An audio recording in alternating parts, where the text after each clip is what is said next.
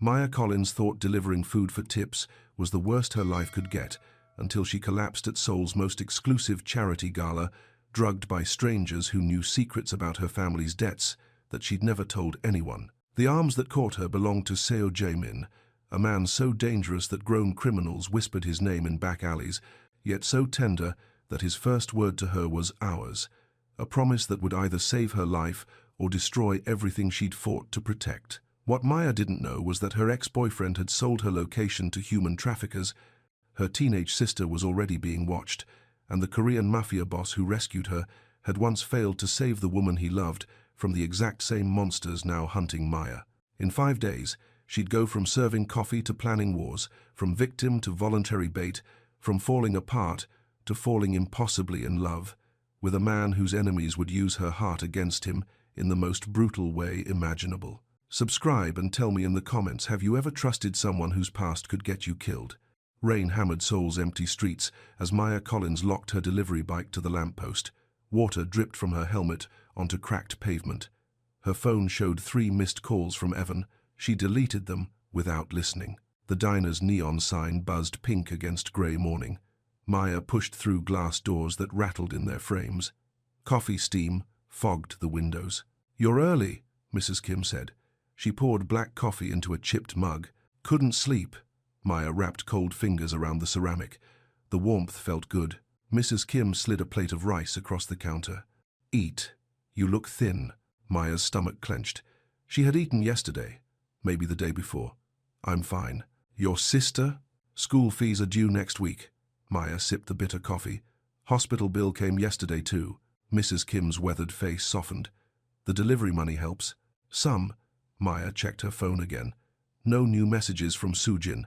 Her sister always texted good morning. "I work the gala tonight.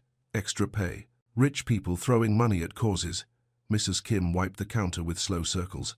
"While working people deliver their food." Maya's phone buzzed. "Unknown number." She let it ring. "That boy still calling?" Maya felt her jaw tighten. "Evan's not my problem anymore." Men who won't take no for an answer become everyone's problem. The coffee turned bitter on Maya's tongue. She finished it anyway. Her phone lit up with a text from her manager. "Report to Hanul Foundation Gala. Serving staff. 7 p.m. sharp. Formal uniform required." Maya's chest loosened. The gala paid triple rate, enough to cover Soojin's textbooks and maybe groceries for 2 weeks. "Good news?" Mrs. Kim asked. "Work tonight. The kind that pays." Maya stood and pulled bills from her pocket. Mrs. Kim waved them away. "Save it for your sister." Maya's throat tightened. Kindness always made her want to cry. "Thank you." Rain still fell when she stepped outside. Her bike tires splashed through puddles as she pedaled toward home. The apartment building looked grey and tired in daylight. 17 flights up, key in 3 different locks. Soojin had already left for school. Her textbooks sat stacked on the kitchen table. Math, English, science, all second-hand with worn covers. Maya opened the refrigerator. Half a carton of milk, 2 eggs, rice in the cooker from yesterday. She closed the door and leaned against it. Her phone rang. Evan's name appeared on the screen. She answered on the 4th ring. "What?" "Maya, baby. I need to see you. We broke up 6 months ago. This is different. I can help with your money problems." Maya felt ice in her chest. "How do you know about—" "I hear things. Your sister's school, your mum's hospital bills. Don't talk about my family. Meet me tonight, after your fancy gala. I have a solution." Maya ended the call. Her hands shook as she blocked his number again. The apartment felt smaller than before. Thin walls, neighbors shouting next door, pipes rattling in the bathroom. But it was theirs. She had worked 60-hour weeks to keep it. She showered and tried to sleep. Rain kept drumming against the window. Every sound in the hallway made her heart race. At 6 o'clock, Maya dressed in black pants and a white shirt. The gala uniform made her look like a server, which she was. Rich people needed someone to bring them drinks while they wrote checks for charity. Her phone buzzed. "Soojin, good luck tonight. Love you." Maya typed back, "Love you too. Study hard." She locked the apartment behind her. 3 locks again. Never enough. The subway carried her across Seoul toward Wealth and Glass Towers. Her reflection in the window looked tired. Dark circles under brown eyes, hair pulled back tight. The Hanul Foundation occupied 30 floors of chrome and marble. Maya rode the service elevator to the ballroom level. Other servers changed in a cramped room. Designer gowns hung on racks for the guests. First time, a girl with bleached hair looked Maya up and down. Second, rich people tip if you smile. Don't make eye contact too long. Maya checked her reflection. Lipstick, minimal makeup, professional, invisible. The ballroom doors opened at 7. Chandeliers cast rainbow light across marble floors. Men in tuxedos, women dripping diamonds. The kind of money Maya delivered food to but never touched. She balanced a tray of champagne glasses. Bubbles caught the light. Each glass cost more than her rent. Careful with those, her supervisor said. They're crystal. Maya moved between groups of laughing guests. Fragments of conversation drifted past her. Stock prices, vacation homes, children at private schools. A camera followed her movement. She looked up. A photographer smiled and lowered his lens. Beautiful event, he said. Maya nodded and kept walking. Something felt wrong about his smile. Near the kitchen doors, she spotted Evan. He wore a borrowed suit and nervous sweat. Their eyes met across the room. He moved toward her. Maya carried her tray to the service station. Empty glasses clinked as she set them down. Maya. She turned. Evan stood too close. His cologne was sharp and desperate. You look good, he said. I'm working. We need to talk. No, we don't. Maya reached for a fresh tray. Evan's hand closed around her wrist. It's about the money. I can fix everything. Let go. 5 minutes. That's all I need. Maya felt eyes on them. The photographer watched from across the room. A waiter with no expression stood near the service door. I said let go. Evan released her wrist. After your shift, meet me by the parking garage. I'm calling security. You won't. Evan's smile looked wrong. Because I really can help. Friends of mine. They pay well for simple favors. Maya felt cold spread through her chest. What kind of friends? The kind who take care of problems. A manager approached. Evan melted back into the crowd. Maya picked up a fresh tray with shaking hands. The rest of the evening blurred. Serve drinks, clear plates, smile when spoken to. The photographer appeared 3 more times, always watching. During her break, Maya stepped onto the mezzanine. The city spread below in lights and shadows. Cars moved through streets in orderly lines. Thirsty? Maya turned. The expressionless waiter held a glass of water. Ice cubes floated in clear liquid. Thank you. She drank half the glass. The water tasted clean and cold, better than what came from her building's pipes. Movement caught her eye. Evan slipped through service corridors toward the kitchen. He looked over his shoulder once, guilt written in every line of his body. Maya's vision wavered. The glass felt heavy in her hand. Are you all right? The waiter asked. Maya tried to answer. Her tongue felt thick. The ballroom lights blurred into streams of color. She stumbled toward the staircase. The marble rail felt cold under her palm. Each step took too much effort. Halfway down, her knees buckled. Strong arms caught her before she hit the floor. A hard chest against her cheek. The smell of expensive fabric. Private lounge. Now. The voice was deep, controlled, absolute. Maya's vision faded to black. The last thing she heard was a heartbeat that wasn't her own. Maya's eyes opened to soft lighting and leather furniture. A man in a dark suit packed medical equipment into a black bag. Pulse is steady, the man said. Pupils responsive. She should feel normal in an hour. Maya tried to sit up. The room tilted sideways. Slowly. A different voice. Calm and certain. Maya focused on the speaker. Korean features. Perfectly cut hair. Suit that cost more than her yearly rent. He stood exactly 6 feet away. Close enough to help. Far enough to not threaten. Who are you? She asked. Seo Jae-min. His voice was quiet. You collapsed on the stairs. The doctor closed his bag. I'll wait outside. Jae-min nodded once. The doctor left without sound. What happened to me? Someone put GHB in your drink. Rohypnol, maybe. The blood test will tell us. Maya felt sick. Someone drugged me? The waiter who gave you water. We have him in custody. I need to go home. No. Jaemin's voice stayed level. You need to stay still. Maya swung her legs off the couch. The room spun once and settled. I don't take orders from strangers. You were targeted specifically. Your name was on a list. What list? We're still asking that question. Maya stood carefully. Her legs held her weight. Thank you for helping. I can handle the rest myself. Can you? Something in his tone made her look at him again. His eyes were dark and completely focused, the kind of attention that meant life or death decisions. Yes, then explain this. Jae-min touched his phone screen. Security footage appeared. Maya watched herself accept the water glass, watched Evan slip through service corridors, watched the photographer circle her position 3 times. I don't understand. You were being hunted. Maya's chest tightened. By who? Someone who knows your financial situation. Someone with access to the guest list. Someone who hired the photographer and bribed the waiter. Maya thought of Evan's nervous sweat, his borrowed suit, his promise to fix her problems. My ex-boyfriend was here tonight. Evan Pike. We know. Maya felt the world shift under her feet. How do you know his name? We know many things. Jae-min stepped closer, close enough that she could see gold flecks in his dark eyes. The question is what you're going to do about it. Call the police and tell them what? That your ex-boyfriend attended a public event, that a waiter made a mistake with your drink. Someone tried to drug me. Prove it. The waiter disappeared before security could question him. The photographer deleted his memory cards. Even if charges stick, bail exists. Pike will be on the street tomorrow. Maya's throat felt tight. Then what do you suggest? Let me handle it. Why would you do that? Jae-min was quiet for a long moment. Because no one should be hunted. Maya studied his face.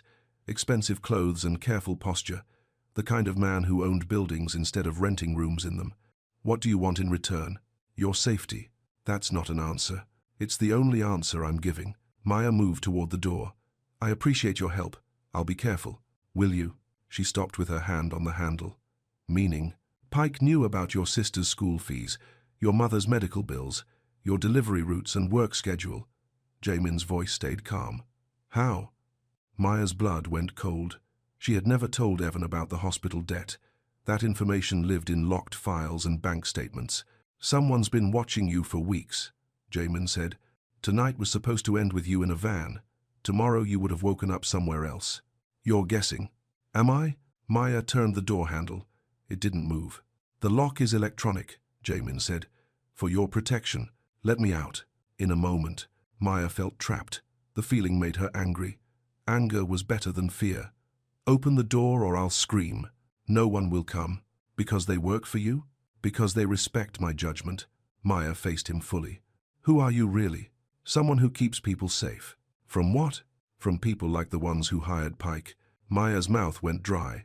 What kind of people? Jae-min touched his phone again. The door lock clicked open. The kind who don't accept no for an answer. Maya pulled the door open. The hallway beyond was carpeted and quiet. No security guards, no sounds of the gala below. My car is waiting, Jae-min said. I'll take the subway. Look outside first. Maya moved to a window. Rain fell harder than before. Streetlights reflected off wet asphalt. A dark sedan sat at the curb. Another car was parked across the street, both engines running. They're watching the exits, Jae-min said, waiting to see which way you go. Maya's chest felt tight. How do you know all this? Experience. What kind of experience? Jae-min joined her at the window. He smelled like clean soap and expensive fabric. Not cologne or desperation. The kind that teaches patience. Maya watched the cars below. One moved slowly past the building entrance. Hunting. What do they want with me? Leverage? Most likely. Against who? That's what we need to find out. Maya's breath fogged the glass. I'm offering protection. Nothing more. In exchange for what? Your cooperation in finding out who wants you taken. Maya's phone buzzed. Text message from unknown number. Your sister walks home alone from school. Her hands shook as she showed Jae-min the screen. His expression didn't change. Now do you understand? Maya felt everything inside her turn to ice. They're watching Sujin. Yes. I need to get her. My people are already there. Maya grabbed his arm. What people? The kind who stop bad things from happening. Maya's vision blurred. Not from drugs this time. From rage and terror mixing in her blood. If anything happens to my sister, nothing will happen to her. You can't promise that. I just did. Maya looked into his eyes. They were steady and completely certain, the kind of certainty that came from power. What do I have to do? Come with me. Tonight. Let my people secure your building and your sister's school. Tomorrow we figure out who's hunting you. Maya's phone buzzed again. This time, a photo. Sujin walking out of her school building. The picture was taken today. They've been watching her for days, Jaemin said quietly. Maya felt her heart break and rebuild itself harder. All right. All right? I'll come with you. But I have conditions. Name them. I see my sister tomorrow. I talk to her myself. I know she's safe. Agreed. I keep my job. Both jobs. I don't take your money. We'll discuss that. We won't discuss it. I keep my independence. Something shifted in Jaemin's expression. Not annoyance. Something closer to respect. Very well, he said. Shall we go? Maya looked out the window one more time. The hunting cars still waited, patient and predatory. She followed Jaemin toward the door. How do I know you're not one of them? You don't. His honesty surprised her. Most men lied to seem trustworthy. Then why should I trust you? Jaemin stopped walking. Because I caught you when you fell. Maya thought about strong arms and a steady heartbeat, about someone who had helped without asking for anything in return. Once, she said. Once? You caught me once. That doesn't make you safe. Jaemin's smile was small and unexpected. No, it doesn't. They walked toward the elevator in silence. Maya felt like she was stepping off a cliff with no idea what waited below. The elevator descended without stops. Maya counted floors in her head. Basement level, service exit, away from cameras and crowds. Your car? She asked. One of them. The doors opened to reveal an underground garage, concrete pillars and fluorescent lighting. A black Mercedes waited with its engine running. A man in a dark coat stood beside the rear door. Korean features. Military posture. He looked like he could break bones without effort. Do-yoon, Jaemin said. Do-yoon opened the car door without speaking. Maya hesitated. He doesn't talk much, Jaemin said, but he's very good at his job, which is keeping people alive. Maya slid into leather seats. The car smelled like expensive things. Jaemin sat across from her. Do-yoon took the driver's seat. Where are we going? Somewhere. Safe. The Mercedes pulled out of the garage and into Seoul traffic. Rain streaked the windows. Maya watched side mirrors for following cars. They're still there, she said. I know. Aren't you worried? No. Do-yoon took a sharp right into an alley, then another right, and a left. The following cars fell behind at traffic lights. Maya's phone rang. Unknown number. Don't answer, Jaemin said. It might be important. It's not. The phone stopped ringing. 30 seconds later, it started again. This time, Jaemin reached across the space between them. His fingers covered hers as he took the phone. He powered it off completely. They'll track the signal, he said. I need my phone. You'll get a new one. I can't afford. I can. Maya pulled her hand away. I told you. No money. It's not money. It's equipment. Same thing. Is it? Maya looked out the window. Seoul flashed past in neon and shadow. They had left the business district. Now they moved through neighborhoods she didn't recognize. Where exactly are we going? My place. I didn't agree to that. You agreed to let me keep you safe. For tonight. Tomorrow I go home. Jaemin was quiet for a moment. We'll see. That's not an answer. It's the only answer I have right now. The Mercedes turned onto a tree-lined street. Expensive buildings rose on both sides, the kind with doormen and marble lobbies. They stopped in front of a glass tower. Do-yoon got out first. He scanned the street before opening Maya's door. Penthouse, Jaemin said. Maya looked up. The building stretched into darkness. Rain blurred the upper floors. Of course it is. The lobby was marble and gold. Security guards nodded to Jaemin. No one asked questions. The elevator required a key card. It rose without stopping. Maya's ears popped. How high up? 37 floors. Jesus. I like the view. The elevator opened directly into an apartment. Floor-to-ceiling windows showed Seoul spread below like a circuit board. Rain made everything glitter. This is, Maya searched for words, insane. It's home. An older woman emerged from what looked like a kitchen. Grey hair pulled into a neat bun, kind eyes and practical clothes. Mrs. Choi, Jaemin said. This is Maya Collins. She'll be staying tonight. Mrs. Choi bowed slightly. Miss Collins, are you hungry? Maya's stomach clenched. She hadn't eaten since morning. I'm fine. Soup, Mrs. Choi said. And tea. You look cold. Maya was cold. She had been cold for hours. The guest room is ready, Mrs. Choi continued. Clean towels, warm clothes if you need them. Thank you. Mrs. Choi disappeared back into the kitchen. Maya heard gentle sounds, pots and running water. She takes care of everything, Jamin said. How long has she worked for you? 10 years. Maya moved to the windows. Seoul stretched forever in all directions. Millions of lights. Millions of people living their lives. It's beautiful. Yes. And lonely. Jamin joined her at the window. Sometimes, Maya could see their reflection in the glass. Two people standing apart, both looking out at the city instead of at each other. Why did you help me tonight? I told you, no one should be hunted. That's not a real reason. Jamin was quiet for a long time. Someone I cared about was hunted once. What happened? She died. Maya felt her chest tighten. I'm sorry. It was a long time ago. Was it? Jamin looked at her reflection in the window. No, Mrs. Choi returned with a tray. Soup that smelled like comfort. Tea in a delicate cup. Eat, she said to Maya. You're too thin, Maya smiled. That's what Mrs. Kim says. Mrs. Kim is wise. The soup was perfect, hot and rich and filling. Maya hadn't realized how hungry she was. Your sister is safe, Jamin said quietly. Maya looked up from the bowl. You checked? My people are outside her building. Inside too, if necessary. I want to see her tomorrow. You will, first thing in the morning. As soon as it's safe. Maya set down her spoon. How do you define safe? When the people hunting you are no longer a threat, and how long will that take? As long as necessary. Maya felt trapped again. Comfortable prison was still prison. I can't stay here indefinitely. No one's asking you to, aren't you? Jamin stood up. I'm asking you to stay alive. He walked toward what looked like an office. Glass doors and a desk covered with papers. Where are you going? To make calls. To find out who wants you taken and why. What should I do? Rest. Tomorrow will be difficult. Maya watched him disappear behind glass doors. She could see him pick up a phone. His voice was too quiet to hear, but his posture was all business. Mrs. Choi cleared the soup bowl. He's a good man. Is he? He brought you here instead of sending you away.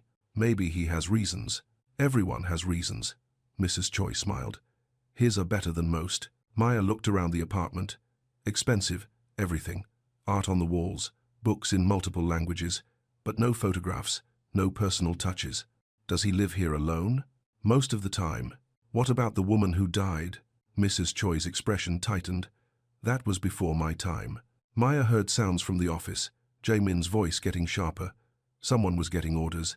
What kind of work does he do? He solves problems. What kind of problems? The kind that hurt people. Maya's phone powered on by itself. 3 missed calls, 5 text messages, all from numbers she didn't recognize. The messages were photos, her apartment building, Soo-jin's school, the diner where Mrs. Kim worked. The last message was words, "We know where everyone you love sleeps." Maya's hands shook. The phone clattered to the floor. Mrs. Choi picked it up and read the screen. Her face went pale. "Mr. Seo," she called. Jamin appeared instantly. No sound from the office door. He read the messages without expression. "When?" "Just now," Maya said. Jamin made a phone call. He spoke in rapid Korean. Maya caught fragments. Names, addresses, orders. "Your sister is being moved," he said. "Somewhere secure." "Where?" "A safe house. With guards." Maya felt panic rise in her throat. "I want to talk to her. Not on this phone. They're listening." Maya thought of Soo-jin. 17 years old, smart and brave and completely unprepared for this kind of danger. She must be terrified. She's being told her sister is sick. Nothing more. For how long? Until we end this. Maya looked at the messages again. Photos of everyone she cared about. How do we end it? We find out who's giving the orders. And then? We stop them. Something in Jamin's voice made Maya look at him closely. His expression was calm, but his eyes were completely cold. How do you stop people like this? However necessary. Maya felt a chill that had nothing to do with rain or fear.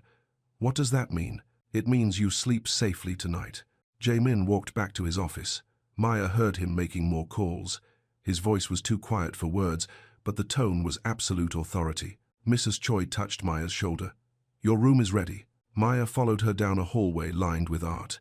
The guest room was bigger than her entire apartment. King bed with white linens, windows facing the river. "Clothes in the closet," Mrs. Choi said. "Bathroom through that door. Lock if you feel safer." Maya tested the bedroom door lock. It worked from the inside. "Thank you. He won't hurt you." "How do you know?" "Because hurting people breaks him a little more each time." Mrs. Choi left Maya alone. The silence felt heavy. No city noise, no neighbors, just the sound of rain against glass. Maya showered in water that stayed hot. She found soft clothes that fit perfectly. Someone had gone shopping quickly and accurately. The bed was comfortable, too comfortable. Maya lay awake, listening for sounds in the apartment. Footsteps, voices, phone calls. Around midnight, she heard Jae-min walk past her door. His footsteps stopped for a moment, then continued toward what she assumed was his bedroom. Maya's phone lit up with a new message. This one was a video. She almost didn't watch it. Then she saw Soo-jin's face in the thumbnail. The video showed her sister sitting in an unfamiliar room. She looked confused but not frightened. A woman's voice asked if she needed anything. "I'm fine," Soo-jin said. "When can I see Maya?" "Soon," the voice answered. The video ended. Maya started crying. Relief and terror mixing until she couldn't tell them apart. She was still awake when dawn light crept through the windows. Seoul looked different in daylight. Cleaner, more hopeful. Maya heard sounds from the kitchen. Coffee brewing. Quiet conversation. She dressed in yesterday's clothes and found Jae-min sitting at a granite counter. He wore different clothes but looked like he hadn't slept. "Good morning," he said. "Is it? Your sister is safe. So are you." Maya poured herself coffee. It was perfect. Better than anything she could afford. "What happens now? Now we find out who's hunting you. Any ideas?" "Several." Maya waited for him to elaborate. He didn't. "Are you going to share them?" "When I'm certain." Maya felt frustrated. "I'm not a child. I can handle the truth." "Can you?" "Yes." Jae-min looked at her for a long moment. "The people who want you taken aren't random criminals. They're organized, well-funded, connected." "Connected to what?" "To other people who solve problems." Maya felt ice form in her stomach. "You mean like you?" "Yes." Maya set down her coffee cup. "So this is about you?" "Probably. They're using me to get to you." "That's one theory." Maya felt everything click into place. "What did you do to them?" "I prevented them from hurting someone else." "Who?" "Someone who didn't deserve it." Maya laughed. It sounded bitter even to her. "So I'm caught in the middle of a war between criminals." "Yes." His honesty hit her in the chest. "No sugarcoating, no false comfort. I need to leave." "No. You can't stop me." "I can, but I won't." Maya stood up. "I'm going home." "To what?" "Your apartment is being watched. Your job is compromised. Your sister is in hiding. Then I'll go somewhere else." "Where?" Maya opened her mouth and realized she had no answer. Nowhere to go, no one to call, no money for hotels or travel. "This isn't fair," she said. "No, it's not." Maya wanted to hit something, scream, break things. Instead, she sat down and put her head in her hands. "How long?" she asked. "I don't know. Weeks? Months? However long it takes." Maya felt tears threaten. She pushed them down. "What if you can't stop them?" "I will." "How do you know?" Jae-min was quiet for a moment. "Because the alternative is unacceptable." Maya looked at him through her fingers. His expression was calm, but something burned behind his eyes. "What happened to the woman you cared about?" "She was taken while I was away on business. By the time I got back, it was too late." "Who took her?" "People who wanted something from me." "What did they want?" "For me to stop interfering in their business." Maya felt her stomach drop. "Did you?" "No." "What did you do?" "I made sure they could never hurt anyone again." Maya heard the weight in those words, the finality. "All of them?" "Yes." Maya stared at him. This calm, controlled man who made perfect coffee and caught falling women had killed people, multiple people. "Are you afraid of me now?" he asked. Maya thought about it, really thought about it. "No." "Why not?" "Because you're not hunting me." Jaemin's expression softened slightly. "No, I'm not." Maya's phone buzzed. New message. This time it was just words. "You have 48 hours. Maya showed him the screen. 48 hours for what? To give them what they want, which is me. Maya felt her chest tighten. "They want you to trade yourself for me." "Yes." "Will you do it?" Jae-min was quiet for a long moment. "No." "Why not?" "Because trading myself won't save you. It will just delay what they do to you." Maya felt everything inside her go cold. "What do they want to do to me?" "Nothing good." Maya looked out at Seoul in morning light. Millions of people going to work, living normal lives, never knowing that wars happened in the shadows. "So what's the plan?" "We find them first. Before they find us? They've already found us. Jamin touched his phone screen. Security footage appeared. They're watching the building. Maya saw cars parked across the street. Men with telephoto lenses. Patient hunters. How many? Enough. Maya felt trapped and helpless and angry. I hate this. I know. I hate feeling powerless. Then help me change that. Maya looked at him. How? Be the bait. Maya stared at Jamin. Bait? They want you. We give them a chance to take you. That's insane. It's tactical. Maya felt panic rise in her chest. I could die. You could die hiding here too. At least this way we control the circumstances. Maya stood up and paced to the windows. The hunting cars were still there. What kind of circumstances? We choose the location, the timing, the backup. Backup? People who ensure you survive. Maya turned around. People like Du-Yun? Yes. How many people work for you? Enough. Maya was getting tired of non-answers. I need details. If I'm risking my life, I want to know the plan. Jamin was quiet for a moment. Then he nodded. Fair enough. He led her to the office. The walls were covered with monitors showing different views of the city, security feeds, traffic cameras, private surveillance. We run this neighborhood, he said. Every camera, every guard, every exit. Maya studied the screens. What kind of business are you really in? Protection. From who? People who hurt others for profit. Maya thought about his careful words. You're criminals fighting criminals. We're people stopping worse people. That's not the same thing, isn't it? Maya looked at the monitors again. So much surveillance, so much control. How do you decide who deserves protection? Simple. Children, women, people who can't protect themselves. What about men? Men usually create their own problems. Maya almost smiled. Not always. No, not always. Jamin touched a screen. The image changed to show Maya's apartment building. Your ex-boyfriend is there. Maya saw Evan pacing outside her front door. He looked desperate and sweaty. He's been there since 6 a.m., Jamin said. What does he want? To deliver a message. What message? That he's sorry. That he can fix everything. That he just needs 5 minutes to explain. Maya felt disgusted. He's working for them. Yes. Why? Debt, most likely. Or fear. Sometimes both.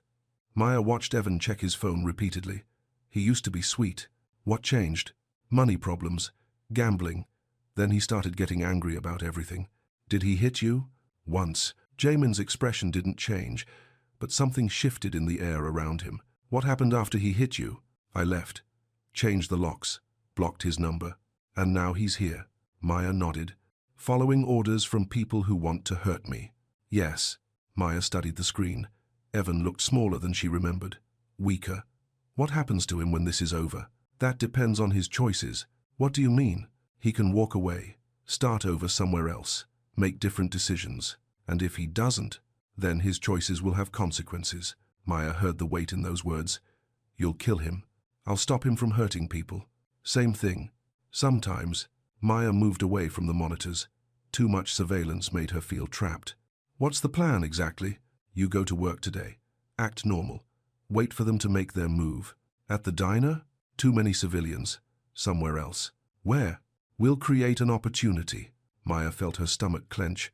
You want me to walk into a trap. I want us to spring their trap before they're ready. What if something goes wrong? Nothing will go wrong. You can't guarantee that. No, but I can make it extremely unlikely. Maya looked at the city spread below.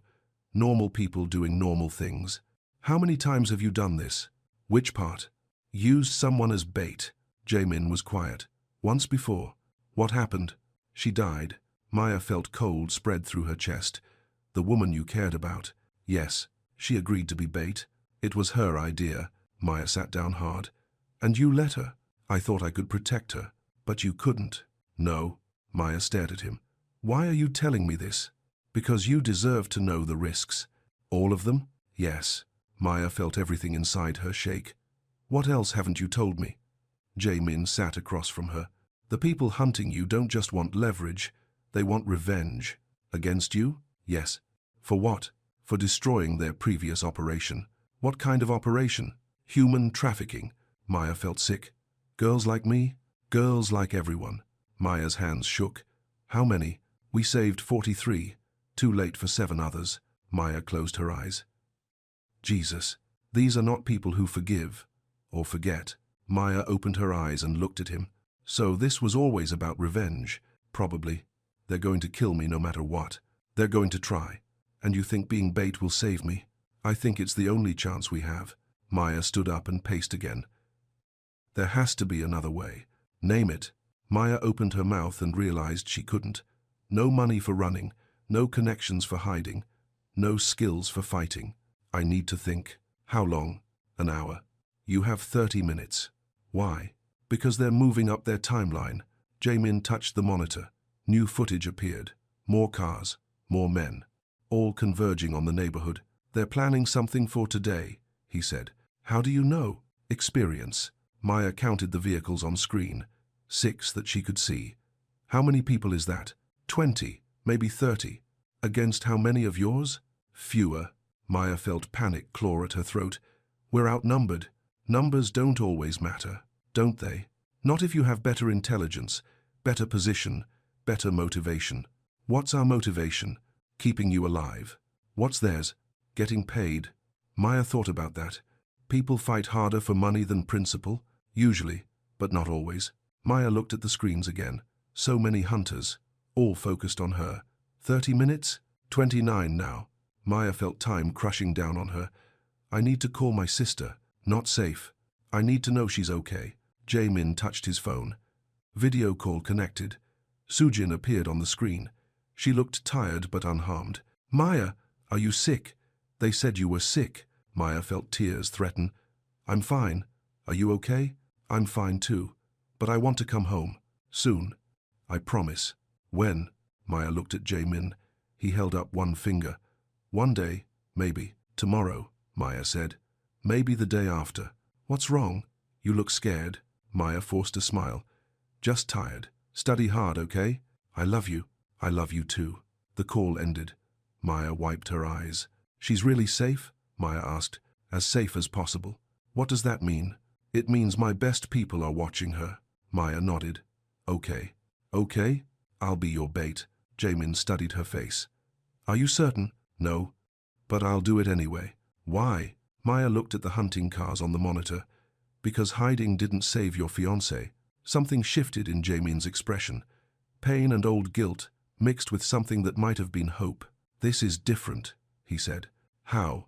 This time I know what I'm fighting. Maya stood up. Then let's fight. Maya dressed in her work clothes, jeans and sneakers, hair pulled back. Nothing that would slow her down if she needed to run. Jamin handed her a small device. Emergency beacon. Press the button if you're in immediate danger. How immediate? Life or death? Maya clipped it inside her jacket pocket. What's the range? 2 miles. My people will reach you in under 3 minutes. What if they can't? They will. Mrs. Choi appeared with a breakfast tray. Eat something. Maya's stomach was too tight for food. I'm not hungry. Eat anyway. You need strength. Maya managed half a piece of toast and some coffee. Everything tasted wrong. The plan, Jamin said. You go to the diner. Work your shift. Act normal. When do they make their move? When you're isolated. Probably during a delivery. Which delivery? We'll create one. Maya felt her chest tighten. Fake order? To an address we control. What kind of address? Warehouse district. Multiple exits. Clear sightlines. Maya thought about empty buildings and no witnesses. Sounds like a good place to die. It's a better place to survive. Do-yoon appeared in the doorway. He nodded once to Jamin. Time to go, Jamin said. Maya stood on unsteady legs. Any last advice? Don't try to fight. Don't try to run until I give the signal. What signal? You'll know. Maya looked around the apartment. Safe walls and perfect coffee. What if I never see this place again? You will. Promise? Jamin was quiet for a moment. I promise to try. Maya appreciated the honesty. False promises would have made everything worse.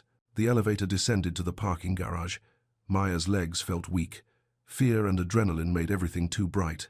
Different car, Do-yoon said. This time they rode in a plain sedan, something that wouldn't draw attention. Do-yoon drove carefully through Seoul traffic. Maya watched the mirrors. Are we being followed? Always, Jamin said. Doesn't that worry you? No. Why not? Because we know where they are. Maya's phone buzzed. Text from her manager. Need you early today. Big lunch rush. Maya showed Jaemin the message. That's not normal. They're speeding things up. Should I be worried? You should be ready. Do-yoon stopped 3 blocks from the diner. Maya could walk the rest of the way. Look normal. Remember, Jaemin said. Act like nothing's wrong. What if something feels wrong? Trust your instincts. Maya got out of the car. Seoul morning air felt cold on her face. Normal people walked past on their way to normal jobs. She walked toward the diner slowly. Her legs felt disconnected from her body. Every face could be a threat. The diner looked the same as always. Pink, neon, and steamed windows. Mrs. Kim wiped tables with practiced efficiency. You're early, Mrs. Kim said. Manager called. Busy day? Apparently. Maya tied on her apron and checked the order board. 3 deliveries already waiting. All to addresses she didn't recognize. Strange orders today, Mrs. Kim said quietly. How so? Big tips, cash payments, specific delivery times. Maya felt ice form in her stomach. Which one first? Mrs. Kim handed her a bag. Warehouse District. Building 47. Ask for Mr. Park. Maya's hands shook as she took the order. What's the address? Mrs. Kim showed her the slip. Maya memorized it quickly. Drive carefully, Mrs. Kim said. Roads are wet. Maya walked to her delivery bike. The streets felt different. Too quiet. Too many cars parked with engines running. She started the bike and pulled into traffic. The warehouse district was 20 minutes away. Through busy streets, then industrial areas with fewer witnesses. Maya's phone rang. Unknown number. She answered through her helmet speaker. Hello? Maya, Evan's voice. Desperate and scared. I need to see you. I'm working. This is important. Everything's important to you, Evan. They'll hurt me if I don't deliver the message. Maya felt her chest tighten. What message? Meet me at the delivery address. Building 47. We can fix everything. I'm not meeting you anywhere. Please. They said they'd kill me if you don't come. Maya heard real terror in his voice. Then you shouldn't have gotten involved with them. I didn't have a choice. Everyone has choices. Maya ended the call. Her hands shook on the handlebars. The warehouse district appeared ahead. Empty buildings and cracked pavement. Perfect place for things to go wrong. Building 47 stood alone at the end of a dead-end street. No windows, 1 door, several cars parked nearby. Maya stopped at the corner and sent a text. Here. Her phone buzzed immediately. We see you. Maya drove slowly toward the building. Every instinct screamed at her to turn around. She kept going. The door opened before she could knock. Evan stood there wearing the same desperate expression. Maya, thank God. Where's Mr. Park? There is no Mr. Park. Maya stepped backward. Then why am I here? Because they want to talk to you. 2 men appeared behind Evan. Large men with patient expressions, the kind who solved problems with violence. Talk about what? Maya asked. Your boyfriend, one of the men said.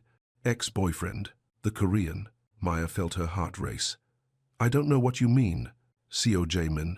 Maya tried to look confused. Who? The man smiled. It wasn't a nice expression. The man who's been hiding you. Nobody's hiding me. Then why haven't you been home? Maya realized she was trapped. Too many questions with no good answers. I've been staying with a friend. What friend? Maya couldn't answer. Any name would put someone else in danger. That's what I thought, the man said. Evan stepped closer. Maya, please, just come inside. Answer their questions. Nobody has to get hurt. What questions? About your boyfriend's business, his operations, his weaknesses. Maya felt everything click into place. You want information. We want cooperation. And if I don't cooperate? The man's smile got wider. Then we find other ways to motivate you. Maya thought about Sujin, about Mrs. Kim, about everyone she cared about. I don't know anything about his business. You've been living in his apartment. For 1 night, long enough to see things. I didn't see anything. Security systems, guard rotations, safe combinations. Maya realized they wanted to rob Jaemin, or worse. I wasn't paying attention to that stuff. Then we'll help you remember. The second man pulled out a small device. It looked like a cattle prod. Maya stepped backward again. I'm leaving. No, Evan said. You're not. Maya felt for the emergency beacon in her pocket. Her finger found the button. Don't do anything stupid, the first man said. Maya looked at Evan. He was sweating and shaking, completely terrified. They'll kill you anyway, she said. What? After this is over, they'll kill you to cover their tracks. Evan's face went pale. They said I could walk away. They lied. Maya pressed the emergency button. Nothing happened. No sirens, no cavalry, just the sound of her own heartbeat. 3 minutes, the first man said. That's what he told you, right? Maya felt despair wash over her. How did you know? We know everything about your boyfriend's operations. Then why do you need me? Because some doors only open from the inside. Maya understood. They wanted her to betray Jamin. Let them into his building, past his security. I won't do it. You will. The man with the device stepped closer. Because the alternative is worse. Maya looked around. No exit except past them. No weapons except her keys. What alternative? We hurt you until you agree. Then we hurt your sister until you perform. Maya felt rage replace fear. Don't touch my sister. Then cooperate. Maya calculated distances. The door was 10 feet away. The men were closer. I need to think. You have 30 seconds. Maya looked at Evan. He wouldn't meet her eyes. This isn't you, she said. I don't have a choice. You always have a choice. Evan finally looked at her. They'll kill me. They'll kill you anyway. Something shifted in Evan's expression. Fear mixing with realization. She's right, he said quietly. Shut up, the first man said. They never planned to let me go. I said shut up. Evan turned to face the men. You're going to kill all of us. Eventually, Evan looked at Maya. Run. Don't move, the first man said. Evan launched himself at the nearest man. They went down in a tangle of arms and legs. Go, Evan shouted. Maya ran. Maya sprinted toward her bike. Behind her, men shouted. Doors slammed. Engines started. She kicked the bike to life and accelerated down the empty street. The engines screamed in protest. A black van pulled out of an alley ahead of her. Maya swerved onto the sidewalk and around it. Sparks flew where her foot peg scraped concrete. In her mirror, more vehicles joined the chase. 3 cars. The van, all moving fast. Maya's phone rang through her helmet. She answered without looking. Where are you? Jamin's voice. Running. They were waiting. Location. Maya rattled off street names between gear shifts. The bike was fast, but not faster than cars on open road. Turn left at the next intersection. Which way? Trust me. Maya leaned hard left. The bike's tires slipped on wet pavement. She corrected and kept going. Now right. Another turn. Maya was lost now, following his voice through industrial maze. Dead end coming up, Jamin said. Go through it. Through what? The fence. It's been cut. Maya saw chain link ahead, a gap just wide enough for the bike. She aimed carefully and shot through. The cars couldn't follow. Maya heard them skidding to stops behind the fence. Where now? Straight ahead, 1/2 mile. Maya opened the throttle fully. The bike flew over broken pavement and scattered debris. A helicopter appeared overhead, black, with no markings. They have air support, Maya said. I know. How do you know? Because it's mine. Maya looked up. The helicopter was tracking the cars, not her. Warehouse district. Building 12, Jamin said. Door will be open. Maya found the building. Plain concrete structure with loading docks. She rode straight inside. The door slammed shut behind her. Maya killed the engine and pulled off her helmet. Safe, Jamin's voice said. Now it came from speakers in the ceiling. Maya looked around. The warehouse was full of equipment. Surveillance gear, weapons, communications. Where are you? She called. On my way. Where am I? Somewhere they can't follow. Maya heard vehicles outside, engines racing, tires squealing. The hunters had found her trail. They're out there. Not for long. Through small windows, Maya saw the black helicopter descend. Men in tactical gear rappelled down ropes. They moved with military precision. Maya heard gunfire, short bursts, professional and controlled, then silence. Clear, Jamin's voice said. They're gone. The warehouse door opened. Duyun entered first, scanning for threats. Then Jamin. Maya ran to him. She didn't plan it. Her body moved before her mind could stop it. His arms closed around her, strong and steady and safe. I thought you were dead, she whispered against his chest. I'm harder to kill than that. Maya pulled back to look at him. The emergency beacon didn't work. It worked perfectly, but nobody came, because we were already there. Maya realized they had been watching the whole time. How long? Since you left the diner. Why didn't you help sooner? Because we needed to see their full operation. Maya felt anger replace relief. You used me. Yes, I could have died. No. How can you be so sure?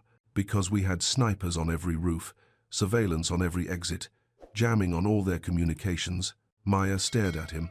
Then why let it go so far? Because now we know how many of them there are, where they operate from, who gives the orders. Maya thought about Evan throwing himself at the kidnappers. What happened to Evan? He's alive. Is he hurt? Some. Maya felt guilty relief. He tried to help me escape. I know. Will you hurt him? That depends on what he tells us. Maya looked around the warehouse again. What is this place? Command center. For what kind of operations? The kind that save people. Maya walked to a wall of monitors. Dozens of camera feeds from around the city. You run all this? Part of it. How big is your organization? Big enough. Maya was tired of non-answers. I need numbers, people, resources, everything. Why? Because I'm in this now. All the way in. Jae-min studied her face. Are you? They were going to torture information out of me. Use my sister as leverage. Kill me when they were done. Yes. So this stops when they're all gone. Yes. Then I want to help. How? Maya thought about it. I know Evan. How he thinks. How scared he gets. You think he'll talk? I think he'll do whatever keeps him alive longest. That's not always the same as talking. It is for him. Jae-min nodded slowly. All right. All right, what? You can help. Maya felt something shift inside her. Purpose replacing fear. What do I do? First, we debrief. Everything that happened. Every word they said. Then we go ask Evan some questions. Do-yoon appeared beside them. Car's ready. Maya looked at Jae-min. Where is he? Safe house. Your safe house or theirs? Ours. Maya followed them to another black sedan. As they drove through Seoul traffic, Maya watched the mirrors for tails. Are they still hunting us? Different teams, Jae-min said. This was just the first wave. How many waves are there? As many as it takes. Maya thought about that. Until they get me or give up. Until we stop them permanently. How do we do that? We find who's paying them.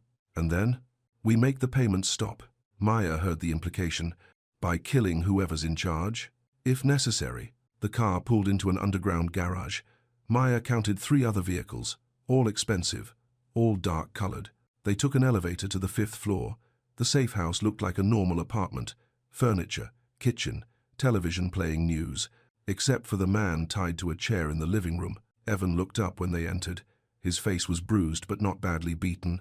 More scared than hurt. Maya. His voice cracked. Thank God you're okay. Maya studied his face. Are you? Am I what? Okay. Evan looked confused. I think so. Good. Maya pulled up a chair and sat facing him. Now tell me everything. Evan's story came out in broken pieces. Gambling debts. Loan sharks who sold the debt to someone else. Pressure that escalated from threats to beatings to worse. They said they'd kill me, Evan said. Unless I did this one job. What job exactly? Maya asked. Get close to you again. Find out about your new boyfriend. How did they know about him? They were watching you. Saw you leave the gala with him. Maya felt sick. They've been watching me for weeks. Months, Evan said quietly. Months? Since your mum died. Maya's chest tightened. Why? I don't know. They just said you were connected to someone important. Jae-min leaned forward. Connected how? Evan looked terrified. I don't know. I swear I don't know. What else did they tell you? That the Korean guy runs protection rackets, money laundering, human trafficking. Maya looked at Jae-min. Is that true? Parts of it. Which parts? I protect people. Money changes hands. Sometimes people are moved to safety. Maya realized he was being careful with words. Truth twisted to sound like something else. What about the trafficking? She asked. I stop it. I don't run it. Evan looked confused. That's not what they said. Who's they? Jae-min asked. The men giving orders. What men? I never met them directly. Always intermediaries. Describe them. Evan closed his eyes and concentrated. Korean accents, expensive clothes, military posture. How many? 3 that I saw. Maybe more. Jae-min exchanged looks with Do-yoon. Did they give names? Only first names. Baek. Min. Someone called Director. Maya saw Jae-min's expression change. You know them? I know the names. Who are they? People I thought were dead. Maya felt cold creep through her chest. What do you mean? Part of the trafficking operation I shut down. They were supposed to be eliminated. By who? By me. Maya stared at him. You let them live. I thought prison would be enough. But it wasn't. Apparently not. Evan was following the conversation with growing terror. What's happening? You're caught between two wars, Maya said. What wars? Maya looked at Jae-min. Tell him. Your employers used to sell girls, young girls, children sometimes. Evan went pale. Jesus. I destroyed their operation, sent them to prison, thought it was over. But they got out? Or were let out? Maya felt pieces clicking together. Someone wanted them back on the street. Yes. Someone with enough power to arrange early releases. Yes. Someone who wants revenge against you. That's the theory. Evan was shaking now. What happens to me? Maya looked at his bruised face. That depends on what you do next. What do you mean? Help us find them. I can't. They'll kill me. They'll kill you anyway, Jae-min said quietly. What? You failed to deliver, Maya. You let her escape. You're a liability now. Evan's breathing got faster. But they said. They lied. Maya watched panic spread across Evan's features. You have one chance. What chance? Help us end this, all the way. How? Contact your handlers. Set up a meeting. They won't come. Not after today. They will if the bait is good enough. What bait? Maya looked at Jae-min. Me? Absolutely not, Jae-min said. It's the only way. It's suicide. Not if we do it right. Maya turned back to Evan. Call them. Tell them you have me. Tell them I'm ready to deal. What kind of deal? Information for my sister's safety. Evan looked confused. What information? Security codes, guard schedules, building plans. For where? The penthouse. Jae-min grabbed Maya's arm. We need to talk. He pulled her into the kitchen, away from Evan's hearing. This is insane, he said. It's logical. It's what got my fiancé killed. Maya felt her chest tighten. This is different. How? Because you know what went wrong last time. Do I? Don't you? Jae-min was quiet for a long moment. She insisted on being the contact point, said she could handle herself. What happened? They took her from the meeting location, used her to force me into a trap. Did you go? Yes. Even though you knew it was a trap? Yes. Why? Because the alternative was letting them kill her slowly. Maya understood. They killed her anyway. Yes. So this time we spring the trap first. How?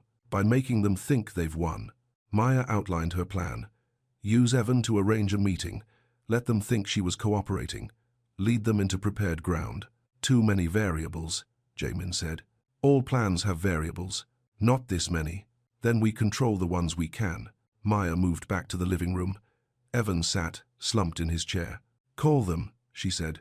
Maya, call them now. Evan looked at Jae-min. She's serious? Unfortunately. Evan pulled out his phone with shaking hands. What do I say exactly? Maya sat down again. Tell them you have me. Tell them I'm scared and ready to cooperate. Where? Neutral ground. Somewhere. Public. They won't want public. Then somewhere that feels public. Coffee shop. Restaurant. Evan dialed a number. It's ringing. Maya heard a voice answer. Male. Korean accent. I have her, Evan said. She wants to make a deal. Maya listened to the conversation. Short questions. Careful answers. Arrangements being made. Evan ended the call. Tomorrow night, 7 p.m. Where? Riverside Hotel. Room 1247. That's not public. They said no witnesses. Maya looked at Jae-min. Can you wire a hotel room? Can I breathe? Then we have 24 hours to set up. Maya, Jae-min said. Are you absolutely certain about this? Maya thought about Soo-jin in hiding, about Mrs. Kim worried sick, about living the rest of her life looking over her shoulder. Yes. Why? Because I'm tired of running. Jae-min studied her face for a long moment. All right, we'll do it your way. Maya felt relief and terror in equal measure. What happens now? Now we prepare. For what? War. The next 24 hours passed in a blur of preparation. Maya watched Jae-min's organization work with military precision.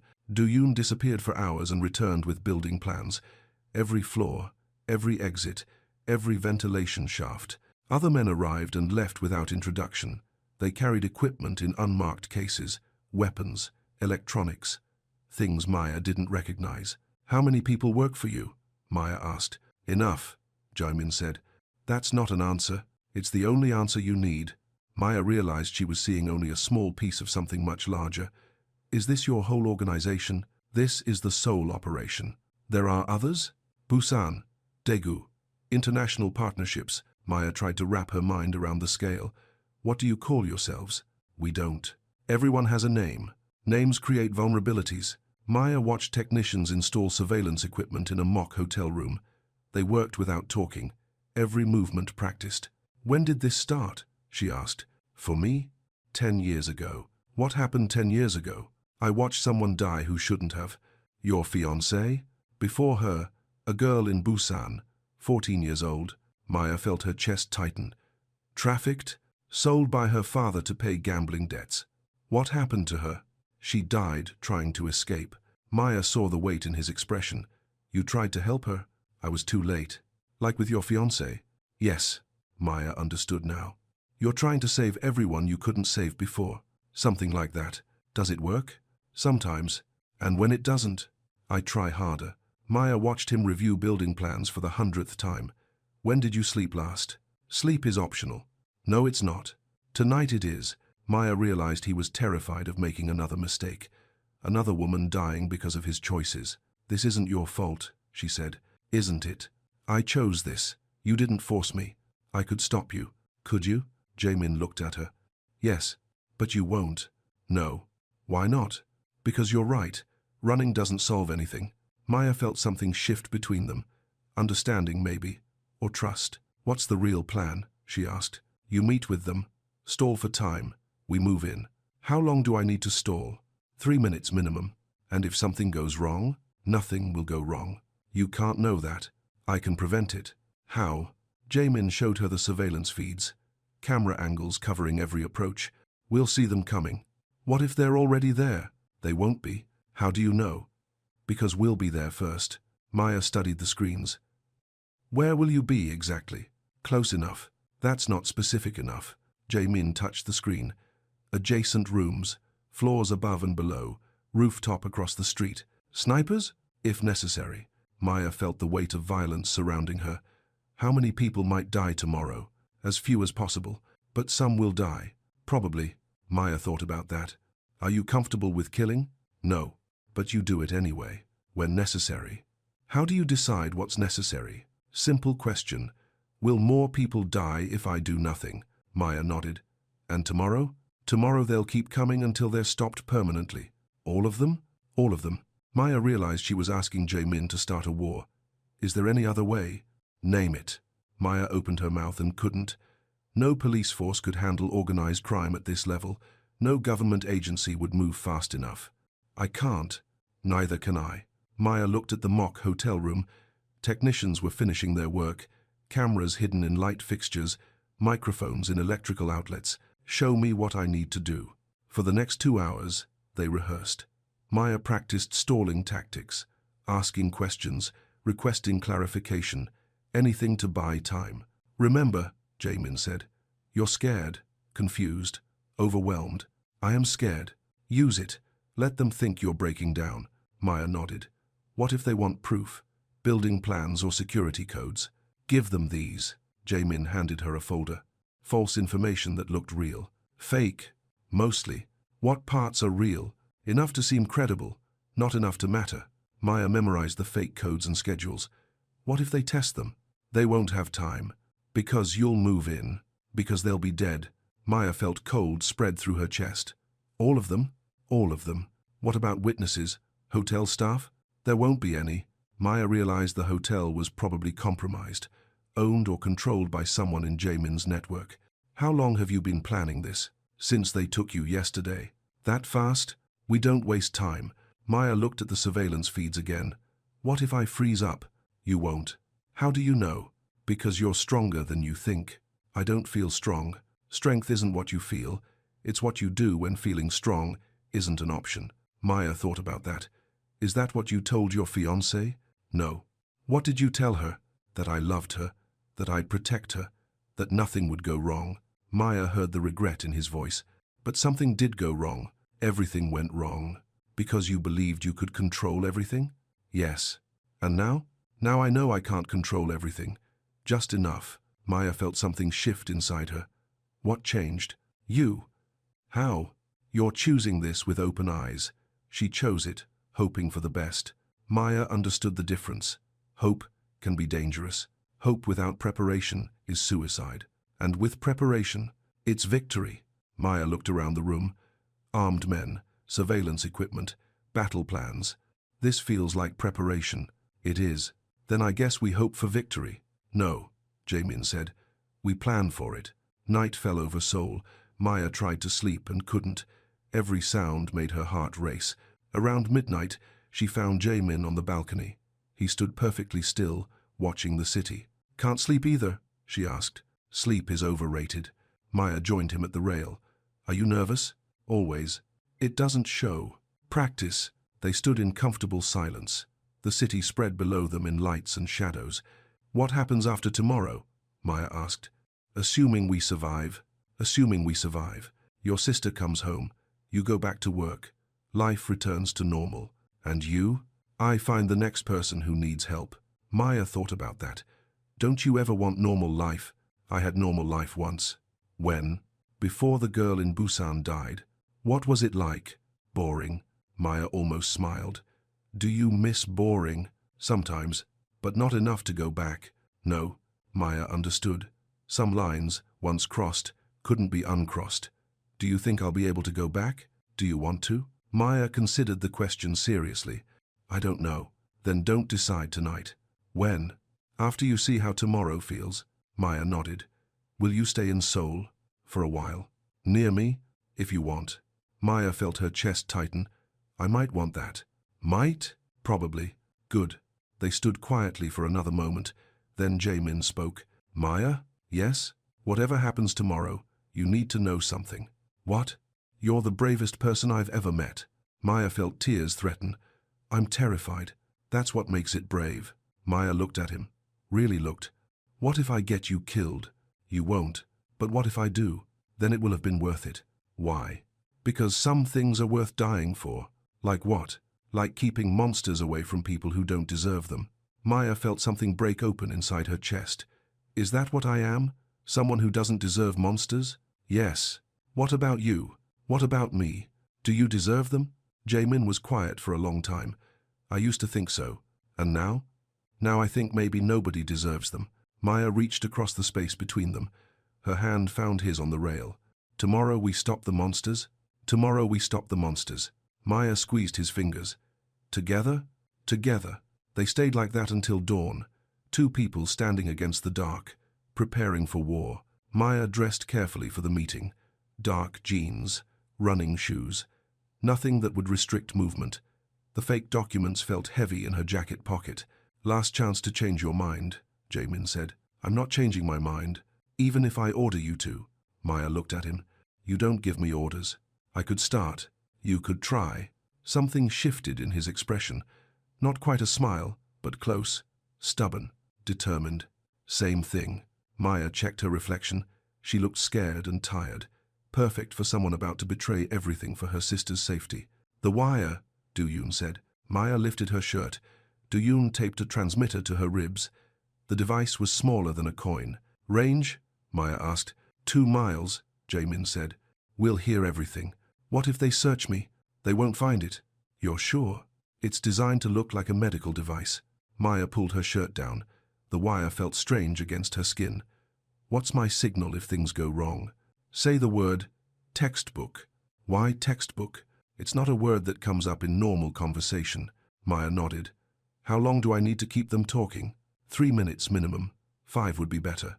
What if they want to move to a different location? Refuse. Say you feel safer in the hotel. And if they insist, then say textbook and get down. Maya felt her stomach clench. You'll shoot through the windows, if necessary. Maya looked out at Seoul morning traffic. Normal people going to normal jobs. None of them preparing for war. Time to go, Du-Yoon said. They rode in convoy. 3 cars moving through the city like a military operation. Maya sat beside Jamin in the lead vehicle. Remember, he said, you're desperate, scared, willing to do anything to save your sister. I am desperate and scared. Use it. Maya watched the Riverside Hotel appear ahead.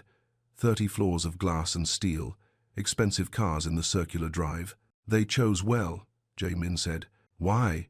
Multiple exits, elevator access, room to maneuver. Aren't those advantages for us too? Yes. The convoy stopped 2 blocks away. Maya would walk the rest of the distance. Looked like someone arriving alone. Communications check, Do-yoon said. Maya touched the wire. Testing. Clear, came the reply in her earpiece. Remember the plan, Jae-min said. Stall for time. Keep them talking. Signal if everything goes wrong. And trust you to handle the rest. Jae-min studied her face. Are you ready? No. Good answer. Maya got out of the car. Her legs felt weak, but they held her weight. Maya, she turned back. Jae-min had rolled down his window. Yes? See you on the other side. Maya walked toward the hotel. Each step felt heavier than the last. The lobby was marble and gold, business travelers and tourists, normal life continuing around her. The elevator rose silently to the 12th floor. Maya's ears popped, her heart hammered against her ribs. Room 1247 was at the end of a quiet hallway. Thick carpet absorbed the sound of her footsteps. Maya knocked softly. The door opened immediately. A Korean man in an expensive suit looked her up and down. Miss Collins? Yes. I'm Mr. Baek. Please come in. Maya entered a suite that screamed money. Floor-to-ceiling windows showed the Han River flowing silver in afternoon light. 3 men waited inside. All Korean. All well-dressed. All carrying guns under their jackets. Sit, Baek said. Maya chose a chair near the windows. Escape route options if things went wrong. You have something for us? Baek asked. Maya pulled out the fake documents. Security schedules, building plans, access codes. Baek studied the papers carefully. These look authentic. They are. How did you obtain them? Maya had rehearsed this answer. He trusts me. Leaves papers on his desk. Doesn't lock his computer. Careless. Arrogant. Baek smiled. Yes. Arrogance is a weakness we can exploit. Maya felt sick playing this role. What happens to my sister? She'll be returned unharmed once we complete our business. What business? Removing Seo Jae-min from the equation. Meaning? Meaning he's caused enough problems. Maya forced herself to look interested. What kind of problems? He destroyed a profitable operation, cost us millions, sent good men to prison. The trafficking ring. Baek's expression hardened. You know about that? He told me some things. What things? Maya had walked into dangerous territory. Just that he stopped some kind of criminal operation. He told you we were criminals? Weren't you? We were businessmen providing services. Maya felt rage rise in her throat. You sold children. We provided opportunities. To rapists and murderers. To people with specific needs. Maya realized she was looking at a monster wearing an expensive suit. You're insane. I'm practical. Maya checked her watch. 2 minutes had passed. 1 more to go. How do you plan to use this information? She asked. To access his building, eliminate his security, complete our business. What business exactly? Killing him slowly. Maya's blood went cold. Why slowly? Because quick deaths don't send messages. What message? That interfering in our operations has consequences. Maya felt her control slipping. He saved those girls. He cost us money. They were children. They were merchandise. Maya wanted to scream. Instead, she forced herself to ask another question. When? Tonight, while he's sleeping in his penthouse fortress. Maya's chest tightened. He'll be expecting you. Not with his own security codes. Maya realized they actually believed the fake information. What if something goes wrong? Nothing will go wrong, but if it does, then you and your sister die badly. Maya heard genuine pleasure in his voice. These men enjoyed causing pain. Time, she said quietly. What? Maya had forgotten they couldn't hear her communications. I said timing. When exactly do you plan to move? Midnight. When his guard rotation changes. Another fake detail from the forged documents. Maya felt proud of the deception. How many men? Enough. I want details. If this goes wrong, I'm dead too. 20 men, 4 teams, simultaneous breach points. Maya filed the numbers away. Information for Jae-min's people. What about the building's security system? Your codes will disable it. All of it? Cameras, alarms, electronic locks. Maya nodded as if impressed. You've thought of everything. We're professionals. Unlike the men who tried to grab me yesterday. Baek's expression darkened. That was a poorly executed operation. What happened to them? They're no longer a concern. Maya realized Bake's people had killed their own men for failing. You killed them? Failure has consequences. Like interfering in your business? Exactly. Maya checked her watch again. 4 minutes had passed. More than enough time. I should go, she said. Where? Home. Act normal, so he doesn't suspect anything. Good thinking. Maya stood up. When do I get my sister back? Tomorrow morning. After we're done. How do I know you'll keep your word? You don't. Bake's honesty was terrifying. Then why should I trust you? Because you don't have a choice. Maya moved toward the door. I guess I'll see you tomorrow, Miss Collins. Maya turned back. Yes, if you're lying to us about anything. I'm not lying. If you are, we'll know, and we'll make you watch what we do to your sister before we kill you. Maya felt ice in her veins. I understand. Good. Maya reached for the door handle. Behind her, she heard one of the men speak quietly in Korean. Then Bake's sharp reply. Wait, Bake said. Maya's hand froze on the handle. What? My associate has a question. Maya turned around slowly. What question? How do we know Seo hasn't given you false information to pass to us? Maya's mouth went dry. What do you mean? Security codes, building plans, guard rotations. What if none of it is real? Maya forced herself to look confused. Why would he do that? To set a trap. He doesn't know I'm here, doesn't he? Maya realized they suspected the truth. Of course he doesn't. Then you won't mind proving it. How? Call him. Now. Ask about tonight's security rotation. Maya felt everything falling apart. I can't. Why not? He'll think it's suspicious. Then, think of a reason. Maya's mind raced. What kind of reason? You're his girlfriend. You're worried about his safety. You want to know when he'll be home. Maya realized she had no choice. All right. She pulled out her phone with shaking hands. Jaemin answered on the first ring. Maya? Where are you? His voice came through her earpiece and the phone simultaneously, creating a slight echo that might give everything away. I'm shopping, Maya said. For dinner ingredients. Shopping? Jaemin sounded confused. I wanted to cook for you tonight. Maya saw understanding cross his features through the connection. That's sweet, but I might be working late. How late? Security briefing at 11. Could go until midnight or later. Maya felt relief wash through her. He was supporting her story. What kind of briefing? She asked. Standard rotation changes. Nothing exciting. Will you be at the penthouse? Where else would I be? I don't know. I just worry. Don't worry. I'll be home. Promise? Promise. Maya ended the call. The men were watching her carefully. Satisfied? She asked. For now, Bake said. Maya walked to the door again. This time, no one stopped her. Tomorrow morning, Bake called. 10 a.m. We'll contact you about your sister. Maya nodded without turning around. I'll be waiting. She opened the door and stepped into the hallway. Her legs shook as she walked toward the elevator. Clear, she whispered. Good work, Jaemin's voice said in her earpiece. Extraction point in 30 seconds. Maya rode the elevator down, feeling like she might vomit. In the lobby, she walked past tourists and business travelers, normal people who had no idea what kind of monsters moved among them. A black sedan waited outside. Maya got in beside Do-yoon. Well, he asked. They bought it. All of it? Enough. The sedan pulled into traffic. Maya watched the hotel disappear in the side mirror. 20 men, she said. 4 teams. Midnight assault. We heard. What's the plan? We'll be ready. Maya thought about Bake's casual cruelty. These people are animals. Yes. You're really going to kill all of them?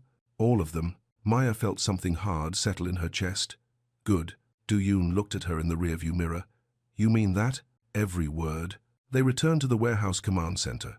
Maya watched Jaemin's people prepare for war with mechanical precision. 20 attackers, Jaemin said to his lieutenants. 4 breach points. Electronic warfare first, then physical assault. Our numbers? Someone asked. 15 in the building, 10 outside, air support on standby. Maya realized they were outnumbered. Is that enough? Numbers don't always determine outcomes. What does? Preparation, position, motivation. Maya watched surveillance feeds from the penthouse building. Guards moved through their rotations normally. Nothing to suggest the coming attack. Will they really believe your security rotation happens at midnight? It's a reasonable assumption. Based on what? Most security changes happen at shift transitions. Midnight, 6 a.m., noon, 6 p.m. But your people don't actually change at midnight. My people don't have shifts. They work until the job is done. Maya studied the building plans. Where will you be during the attack? Wherever I'm needed most. That's not an answer. It's the only answer I can give. Maya realized he was planning to be in the most dangerous position. You're going after Bake personally. Beck is my responsibility. Why yours specifically? Because I let him live the first time. And now? Now, I fixed that mistake. Maya felt cold spread through her chest. What if something happens to you? Do-yoon will get you to safety. That's not what I meant. I know what you meant. Maya looked at him, really looked. You're planning to die tonight. I'm planning to win tonight. Those aren't the same thing. No, they're not. Maya felt panic rise in her throat. You can't just sacrifice yourself. I'm not sacrificing myself. I'm ending a war. What's the difference? Sacrifice is wasteful. This is necessary. Maya wanted to argue, but the logic was sound. Bake's organization would keep coming until someone stopped them permanently. What about after? She asked. After what? After you kill them all. What happens to your organization? It continues. Without you? If necessary. Maya realized she was seeing the end of something. How long have you been planning this? Since yesterday. You knew it would come down to this? I hoped it wouldn't. But yes. Maya felt tears threaten. So everything we've done together has been leading to this? Yes. And you didn't think to tell me? Would it have changed anything? Maya opened her mouth and realized it wouldn't have. The plan was still the best option. The only option. I hate this, she said. I know. I hate that you're right. So do I. Maya looked around the command center. Men checking weapons, testing communications, preparing to kill or die. How many of them won't come home tonight? Some. How many? I don't know. But you're asking them to risk it anyway? They're volunteering. Why? Because someone has to. Maya realized these men weren't criminals. They were soldiers, fighting a war that official armies couldn't win. What made you become this? She asked. This what? This person who carries all the weight. Someone had to. But why you? Because I could. Maya felt her chest tighten. That's not enough of a reason. It's the only reason that matters. Maya watched him study building plans for the 100th time. When did you sleep last? Sleep is a luxury. No, it's not. Tonight it is. Maya realized he was running on pure willpower. What happens if you collapse? I won't. You're human. You have limits. Not tonight. Maya wanted to shake him. You can't just decide to be superhuman. Watch me. Maya looked at the clock. 6 hours until midnight. What do I do? Stay here. Stay safe. That's it. That's everything. Maya felt useless. I want to help. You have helped. How? You gave us the intelligence we needed. That was this morning. What about tonight? Tonight you stay alive. Maya realized that was her job. To survive so all their sacrifices would have meaning. What if we lose? We won't lose. But what if we do? Then Do-yoon gets you out of the country. Where? Somewhere safe. Maya felt everything inside her rebel against the idea. I'm not running. You will, if I tell you to. No, I won't. Maya, no. If you die tonight, I'm not going to spend the rest of my life hiding. What will you do? I'll finish what you started. Something shifted in Jamin's expression. You don't know how. I'll learn. It's not that simple. Nothing is simple. Maya moved closer to him. Promise me something. What? Promise me you'll try to survive tonight. I always try to survive. No, you try to win. That's different. Is it? Yes. Maya reached for his hands. Promise me you'll choose living over winning. I can't promise that. Why not? Because sometimes winning requires sacrifice. Not yours. Anyone's. Including mine. Maya felt tears start. That's not fair. Fair is irrelevant. Not to me. Maya, I love you. The words hung in the air between them. Maya hadn't planned to say them. They came from somewhere deeper than thought. You love the idea of me, Jamin said quietly. No, I love you.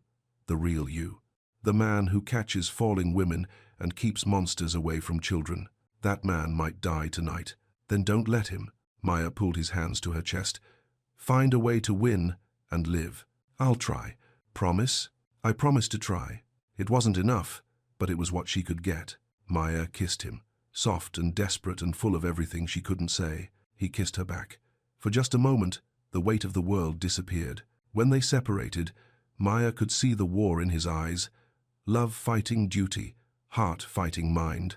"Don't make this harder," he said. "I'm making it easier." "How?" "Now you have something to fight for besides justice." "What?" "Tomorrow morning." Maya saw understanding cross his features. "You're assuming there will be a tomorrow morning. I'm demanding there be one." Jaemin smiled, small and sad and real. "Demanding? I can be very demanding. I've noticed." Maya kissed him again. "Longer this time. 6 hours." 6 hours. Then we find out if love is stronger than war. Maya. 6 hours. She walked away before he could argue, before her own resolve could crack. In the communications room, Maya watched surveillance feeds from around Seoul, normal life continuing in the face of coming violence. "Miss Collins?" Do-yoon appeared beside her. "Yes? He'll do everything he can to come back. Will it be enough? It always has been before, but this is different." "Yes.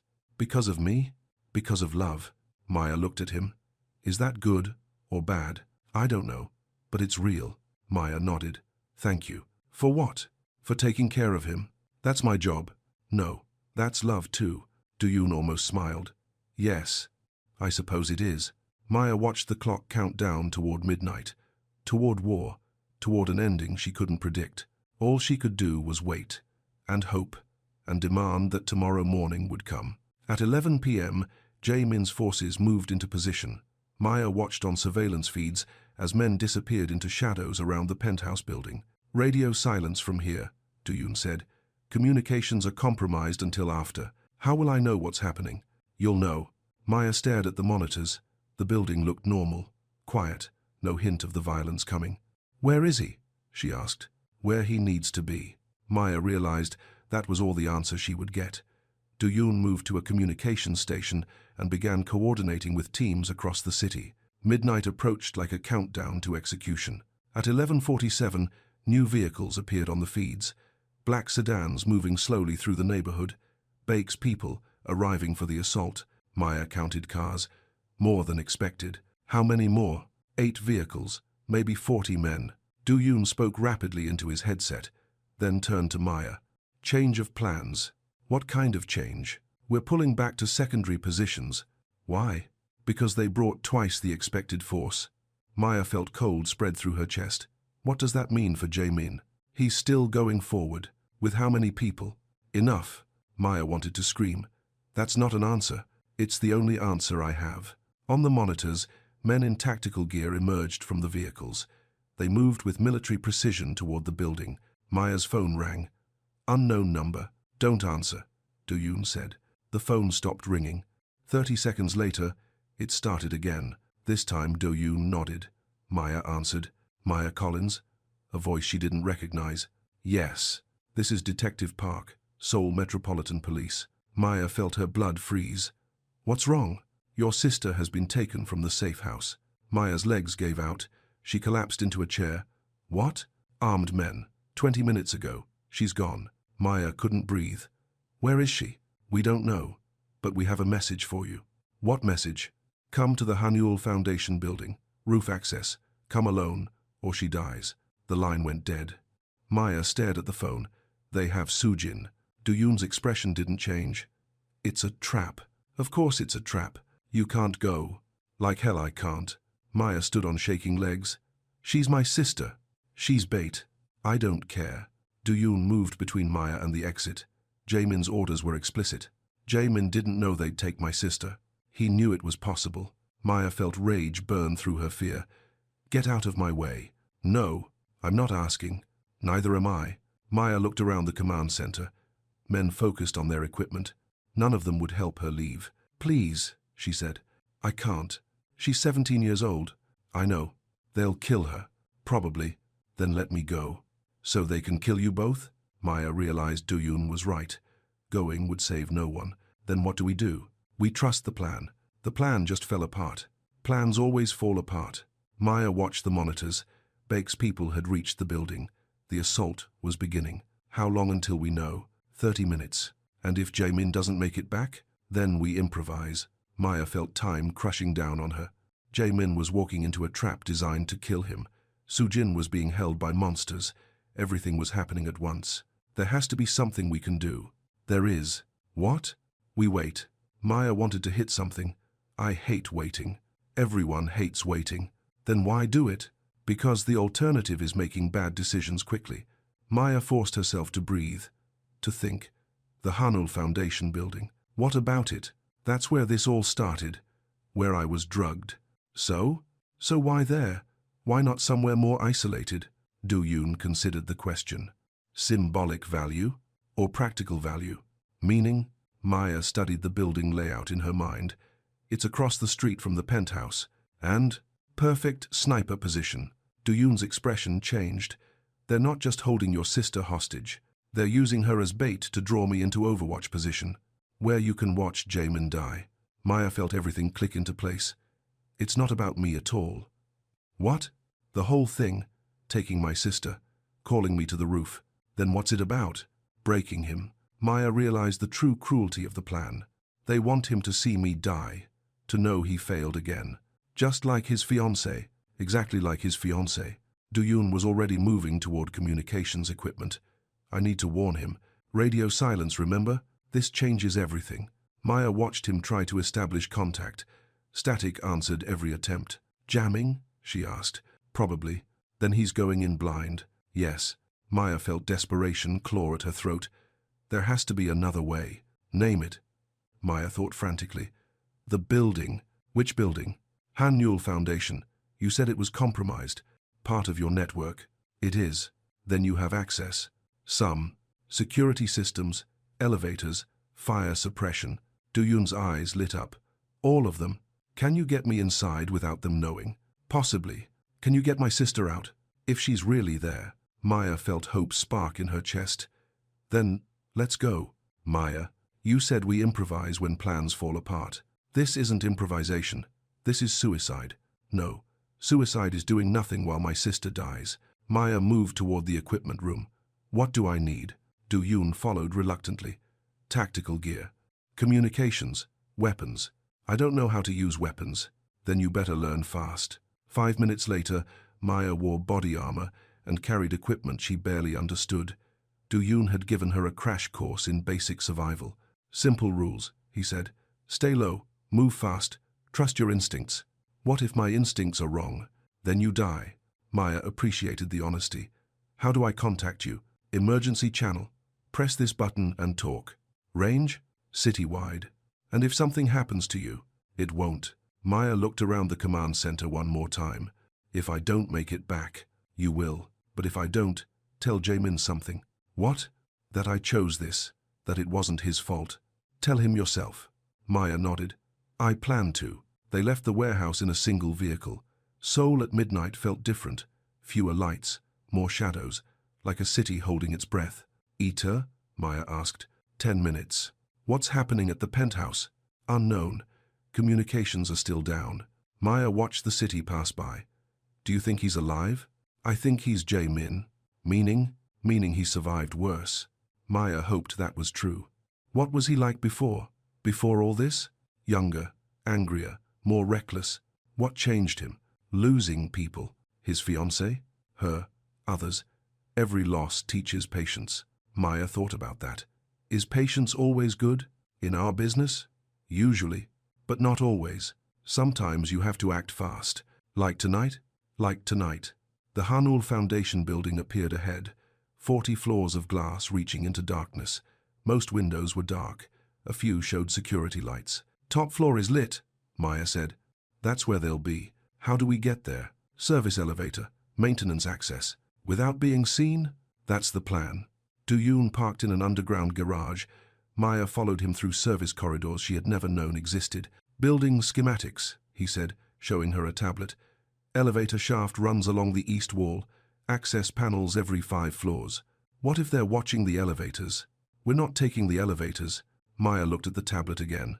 Stairs? 40 floors. Jesus! Better than being dead. Maya couldn't argue with that logic.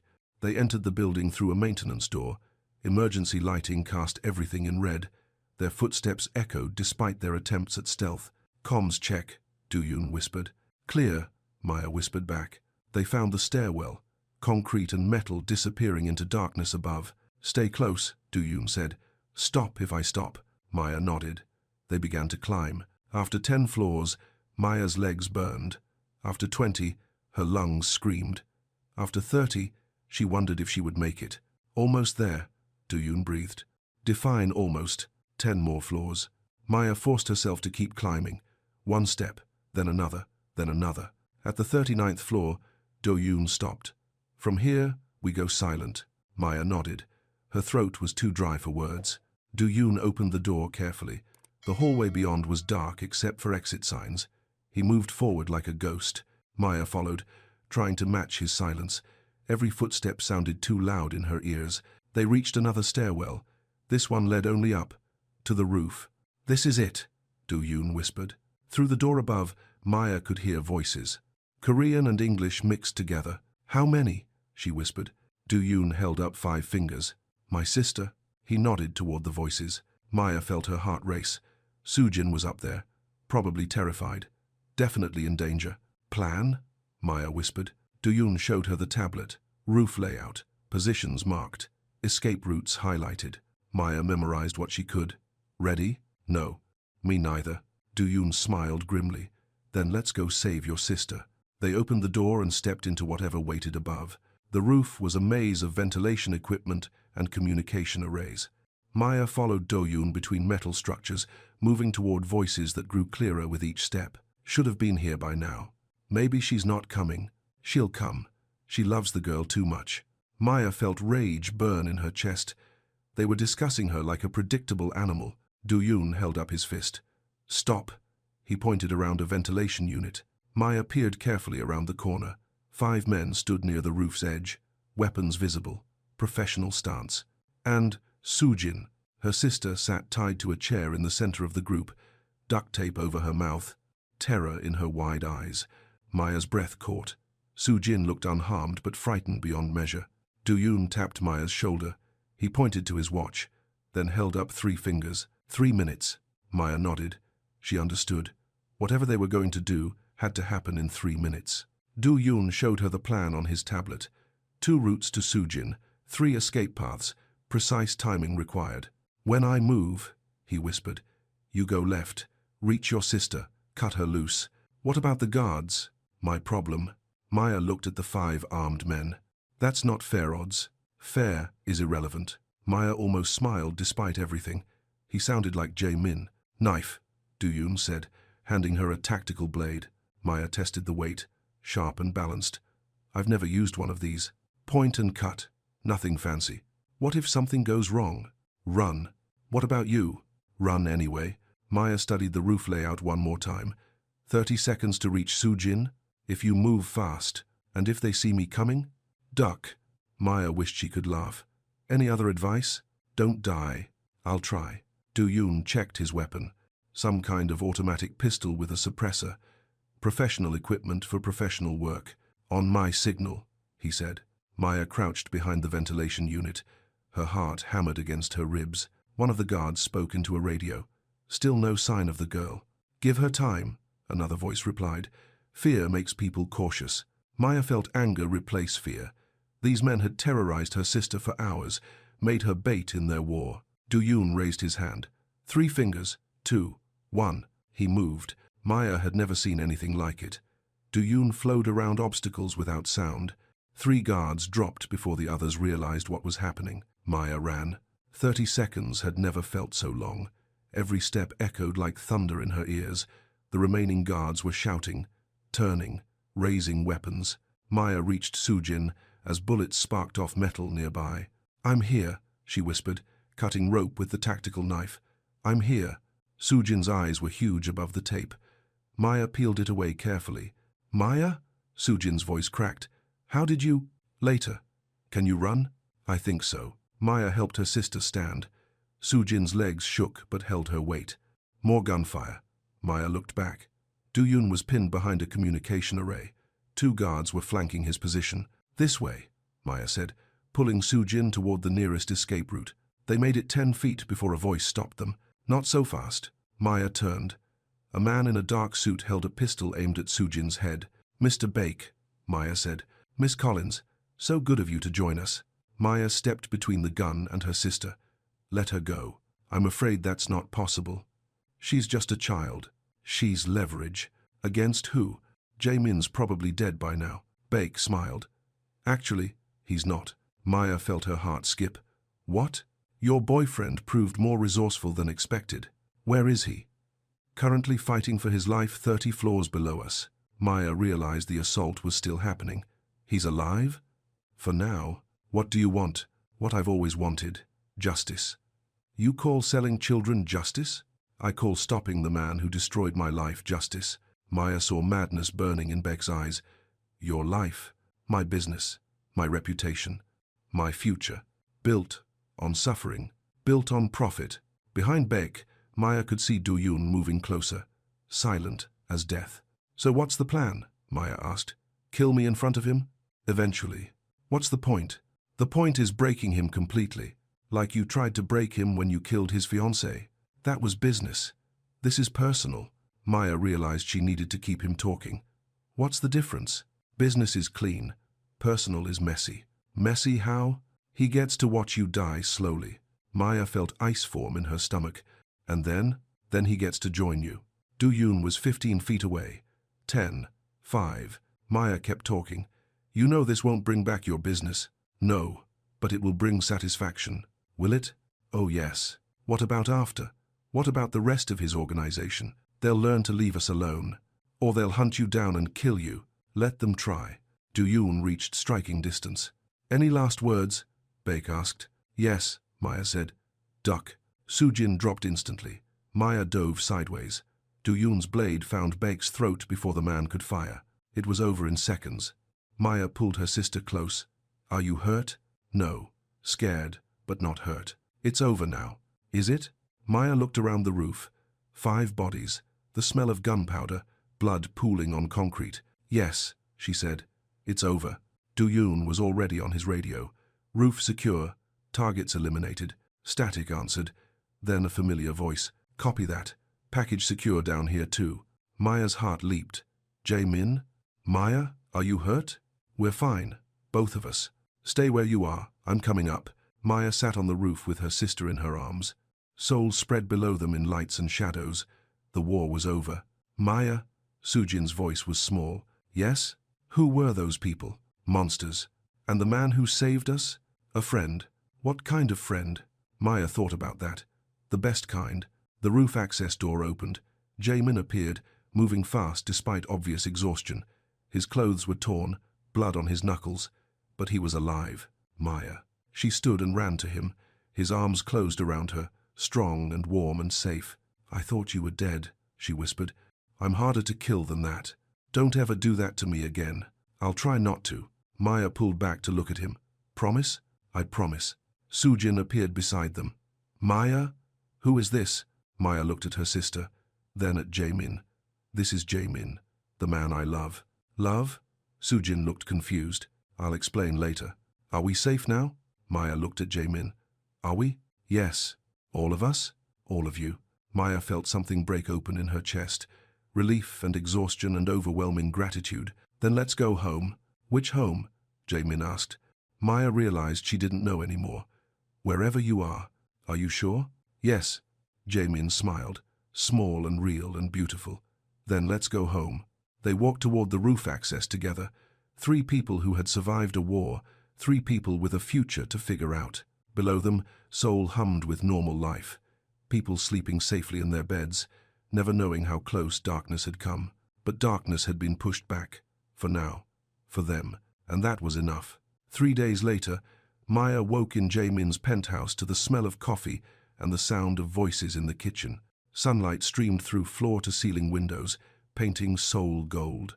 She found Sujin and Mrs. Choi at the granite counter, comparing notes about proper tea brewing techniques. The water temperature matters, Mrs. Choi was saying. Too hot burns the leaves. Like this? Sujin adjusted the kettle. Perfect. Maya smiled. Her sister had adapted to the penthouse with teenage resilience. 3 days of safety had erased most of the fear from her eyes. Good morning, Maya said. Finally awake, Sujin teased. Mrs. Choi made pancakes. Korean pancakes, Mrs. Choi clarified. With vegetables. Maya poured herself coffee. Real coffee, the expensive kind that tasted like happiness. Where's Jamin? Office, Mrs. Choi said. Important calls. Maya looked toward the glass doors. She could see him inside, phone pressed to his ear. His expression was serious but not grim. What kind of calls? Clean up, Mrs. Choi said simply. Maya understood. Wars left messes, bodies to explain, evidence to dispose of, stories to coordinate with authorities. How long will it take? Days, maybe weeks. Maya nodded. She had expected that. Maya? Sujin's voice was careful. Can I ask you something? Anything. Is this real? Maya looked around the penthouse. Marble and gold. Art worth more than most people's houses. A view of Seoul that belonged in movies. What do you mean? This life, this place, him? Maya thought about the question seriously. I don't know. But you love him? Yes. And he loves you? I think so. Then it's real enough. Maya felt tears threaten. When had her little sister become so wise? What about school? Maya asked. I can transfer. Private schools here are supposed to be good. Expensive. He said not to worry about money. Maya felt her chest tighten. We don't take charity. It's not charity if you're family. Are we family? Sujin looked toward the office, where Jae-min spoke quietly into his phone. He caught you when you fell. Once. He's been catching you ever since. Maya realized her sister was right. Every moment since the gala had been Jae-min keeping her from falling. What if this doesn't last? Maya asked. What if it does? Maya had no answer for that. Mrs. Choi set a plate of pancakes in front of her. Eat. You're still too thin. Everyone keeps saying that. Because it's true. Maya ate obediently. The pancakes were perfect. Everything in this place was perfect. Mrs. Choi? Yes? What was he like before? Before all the violence and responsibility, Mrs. Choi was quiet for a moment. Lighter. Will he ever be light again? Perhaps, with the right reason. Maya felt the weight of that statement. What kind of reason? The kind that makes tomorrow more important than yesterday. Maya looked at Sujin, who was pretending not to listen while she studied her phone. What if I'm not enough reason? Then you're not, Mrs. Choi said simply. But I think you are. How do you know? Because he smiles now. Maya realized she had seen those smiles, small and real, and meant for her. What happens if his organization needs him somewhere else? Another city, another country. Then you choose. Choose what? Whether love travels. Maya thought about that while she finished breakfast. Could she leave Seoul? Leave the diner and Mrs. Kim? Leave everything familiar? For him, yes. For this, probably. The office doors opened. Jae-min emerged looking tired but satisfied. Good morning, he said. Good? Maya asked. Very good. Meaning? Meaning it's over. All of it. Maya felt relief wash through her. The organization? Dismantled. The remaining members are in custody or fled the country. What about the corruption? The officials who let them out of prison? Also being handled. Maya didn't ask how. Some details were better left unknown. So we're safe? You're safe. Maya heard the distinction. What about you? I'm always a target. It comes with the territory. But less of a target now? Significantly less. Sujin looked up from her phone. Does that mean we can go back to our apartment? Maya and Jae-min exchanged glances. Do you want to go back? Jae-min asked. Sujin considered the question. It's small, and the water pressure is terrible. But it's ours. Maya understood. Independence mattered, especially to someone who had watched their sister struggle for every one. You could stay here, Jae-min said carefully. Both of you. As what? Maya asked. As whatever you want to be. Maya felt her heart race. Are you asking? I'm asking if you want to find out what this could become. Maya looked at her sister. Sujin nodded slightly. What about my jobs? What about them? I need to work. Why? Because I'm not a kept woman. Good. I don't want a kept woman. Then what do you want? Jae-min stepped closer. I want a partner. In what? In everything. Maya felt the weight of that offer. Your business? Parts of it. The dangerous parts. If you choose them. Maya thought about the warehouse command center, the surveillance equipment, the feeling of purpose when she helped plan Beck's downfall. I don't know anything about your world. You can learn. It could get me killed. Yes. It could get Sujin killed. No. Maya looked at him sharply. How can you be sure? Because family stays protected. Always. Are we family? We could be. Maya felt everything inside her tremble. What exactly are you asking me? Jamin reached into his jacket pocket, pulled out a small velvet box. Maya's breath stopped. Jamin, I'm not proposing. You're not. Not yet. He opened the box. Inside was a simple silver band. No diamond, no ostentatious display of wealth. This is a promise, he said. What kind of promise? That I'll catch you when you fall, that I'll fight for your safety, that I'll love you as long as you'll let me. Maya stared at the ring. And in return, you stay. You build something with me. You let me try to be worthy of you. You're already worthy. Am I? Yes. Maya took the ring from the box. It fit perfectly on her right hand. Why not the left hand? Sujin asked. Because the left hand is for when she's ready, Jamin said. Maya looked at the ring on her finger. Simple and solid and real. When will I be ready? When you decide you are. What if that's never? Then this is enough. Maya felt tears start. You'd be satisfied with just this? I'd be grateful for just this. Maya kissed him, soft and sure and full of promises she was still learning to make. When they separated, she could see her future in his eyes, complicated and dangerous and beautiful. So what happens now? She asked. Now we figure it out together. All of it? All of it. Maya looked around the penthouse, at Mrs. Choi washing dishes, at Sujin scrolling through private school websites, at the city spreading below in morning light. I want to keep working, she said. At the diner, part-time. I like Mrs. Kim. And the rest of the time? Learning your business, becoming useful. You're already useful. More useful. Jamin smiled. Very well. And Sujin finishes school here. No discussion. Agreed. And we get our own place eventually. Something we choose together. When you're ready. When we're ready. Yes. Maya looked at the promise ring on her finger. This is insane. Completely insane. I've known you for less than a week. 5 days. 5 days. And I'm pretty sure I want to spend the rest of my life with you. Pretty sure? Very sure. Good. Maya laughed. Just good? Very good. Sujin looked up from her phone. Are you two done being sickeningly cute? For now, Maya said. Good. Because Mrs. Choi wants to teach me how to make real Korean food. Why? Because someone has to feed you properly. Maya realized her sister was planning to stay. Really stay. Not just visiting Jamin's world, but becoming part of it. Are you sure about this? Maya asked her. Are you? Maya looked at Jamin. At the promise in his eyes. At the future they could build together. Yes. Then so am I. Maya felt everything settle into place. Not perfect, not without risk, but right. So, what's the plan? She asked. No plan, Jamin said. Just tomorrow. And the day after that? And the day after that? Maya nodded. I can work with that. Can you? Ask me in 50 years. I will. Maya kissed him again. Because she could. Because he was hers. Because tomorrow was going to come, and they were going to face it together. Outside, Seoul hummed with normal life. People going to work, children walking to school, everyone building their own versions of forever. But inside the penthouse, 3 people had found something worth protecting, something worth fighting for, something worth catching when it fell. Maya looked at the promise ring on her finger one more time, simple and silver and full of possibility. So, she said, what do we do today? Whatever we want, Jamin said.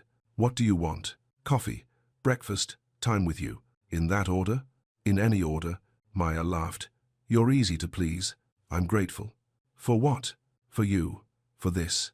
For the chance to find out what comes next. Maya felt her chest fill with warmth and light and hope. Me too. Epilogue.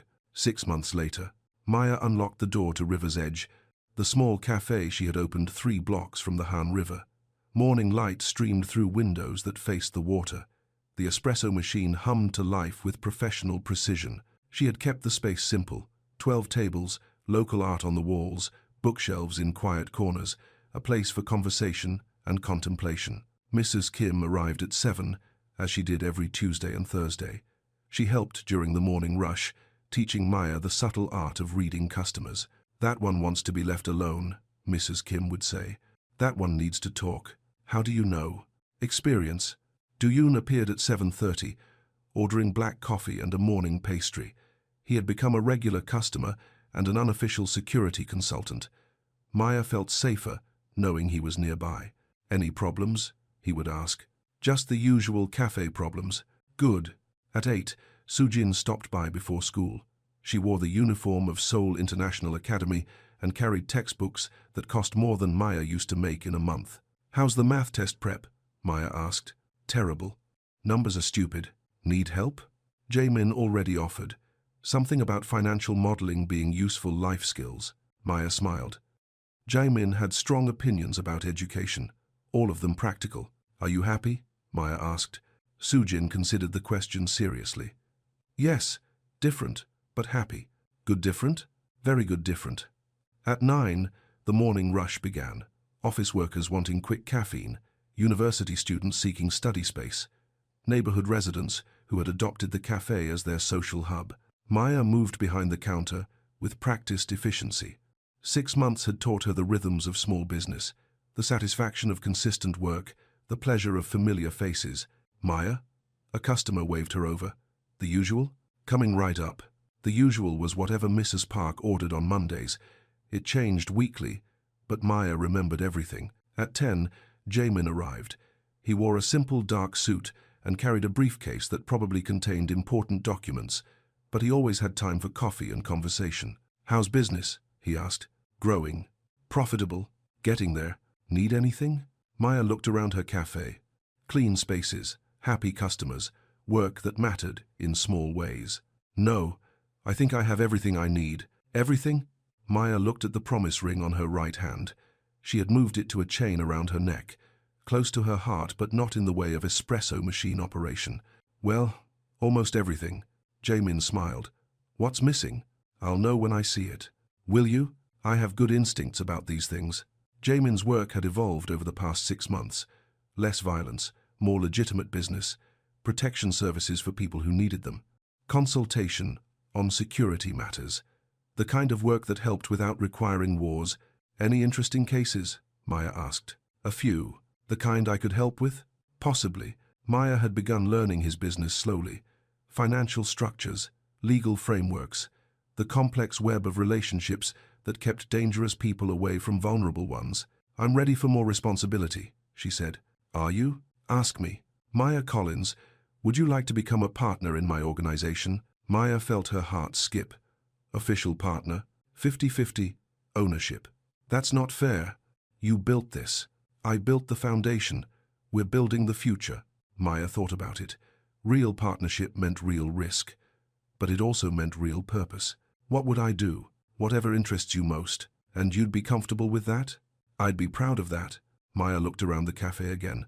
6 months ago, she had been delivering food on a bicycle. Now she was being offered half of an organization that protected people across 3 countries. "Can I think about it?" "Take all the time you need.